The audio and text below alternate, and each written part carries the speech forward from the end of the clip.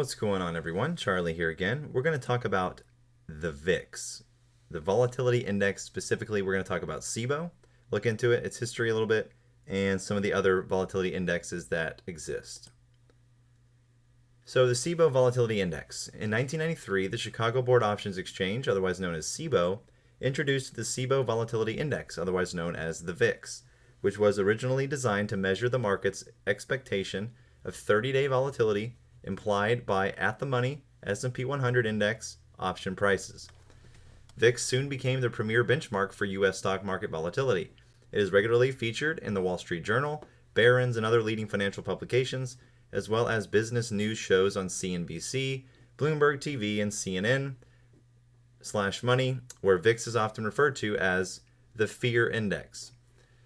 10 years later, in 2003, CBOE, together with Goldman Sachs, updated the VIX to reflect a new way to measure expected volatility, one that continues to be widely used by financial theorists, risk managers, and volatility traders alike.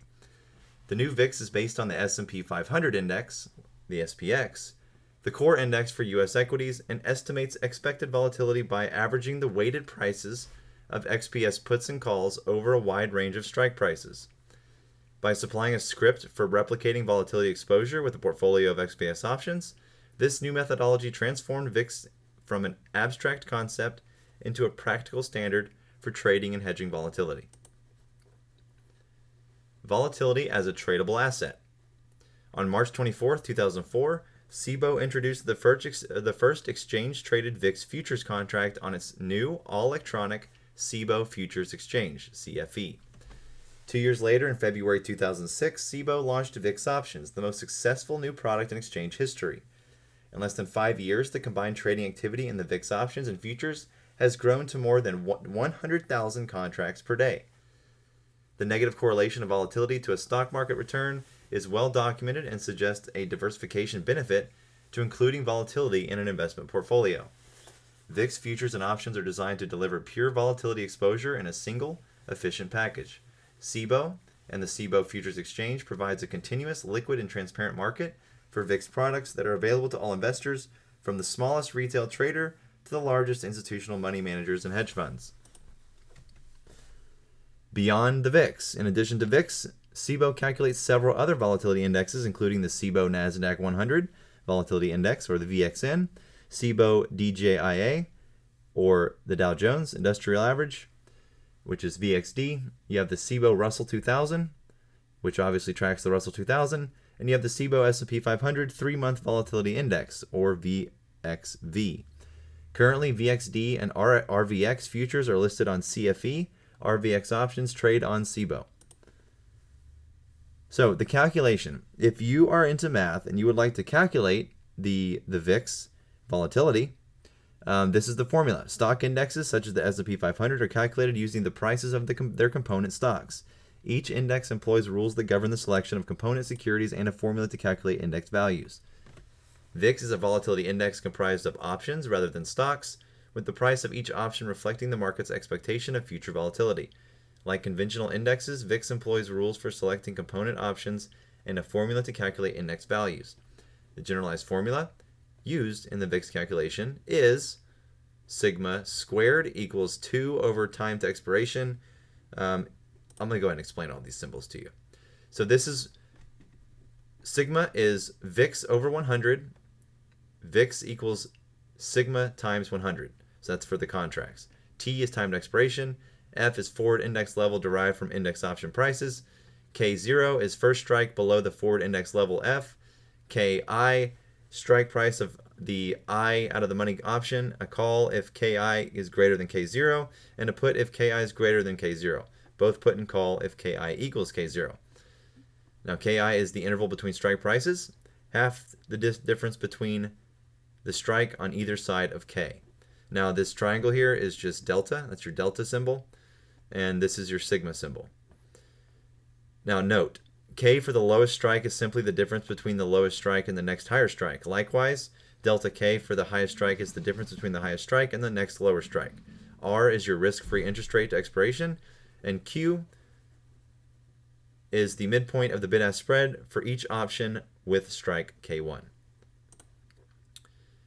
So this is a sigma notation right here. You have the upper limit, last value of I. So this is your upper limit. You have the formula for the terms right here. The Greek letter sigma is this E right here, and then the lower limit is right here. So we can see right there, that's our lower limit. Delta symbols are your triangle here, and this symbol right here. And then rational numbers are denoted as Q. So getting started, VIX measures 30-day expected volatility of the S&P 500 index. The components of VIX are near and next term put and call options, usually in the first and second SPX contract months. Near-term options must have at least 1 week to expiration, a requirement intended to minimize pricing anomalies that might occur close to expiration. When there are near-term options, or when the near-term options have less than a week to expiration, VIX rolls to the second and third SPX contract months. For example, on the second Friday in June, VIX would be calculated using SPX options expiring in June and July. On the following Monday, July would replace June as the near term, and August would replace July as the next term. In this hypothetical example, the near term and next term options have 9 days and 37 days to expiration, respectively, and reflect prices observed at the open of trading, 8:30 a.m. Eastern or Chicago time. For the purpose of calculating time to expiration, SPX options are deemed to expire at the open of trading on SPX settlement day, the third Friday of the month. Now, the VIX calculation measures time to expiration, T, in calendar days and divides each day into minutes in order to replicate the precision that is commonly used by professional option and volatility traders. The time to expiration is given by the following expression. T equals M, current day, plus M, settlement day, plus M, other days, divided by minutes in a year, where M, current day, equals minutes remaining until midnight of the current day, M, settlement day, equals minutes from midnight until 8:30 a.m. on SPX settlement day, and M, other days, equals total minutes in the days between current day and settlement day. Using 8:30 a.m. as the time of calculation, T for near-term and next-term options, T1 and T2, respectively, is T1 equals, and they're just giving you a little example here. So basically, the risk-free interest rate R is the bond equivalent yield of the US T-bill maturing closest to the expiration dates of relevant SPX options. As such, the VIX calculation may use different risk-free interest rates for near and next-term options. In this example, however, assume that R equals 0.38% for both sets of options. Since many of the interim calculations are repetitive, only representative samples appear below. The complete set of SPX option data and calculations may be found in Appendix 1, and I'll link this below if you want to look more into it. Now, Supernote 1 right here says, technically the expiration date for the SPX options is the Saturday following the third Friday of expiration month. In this example, however, expiration is deemed to take place at the determination of the exercise settlement value of the SPX, which is based on the opening prices of SPX component securities. All CBOE volatility indexes are the VIX, the VXD, the VXN, the RVX, the VXV, the OVX, the GVZ, and the EVZ. Go check them out. See what's going on. That's the VIX.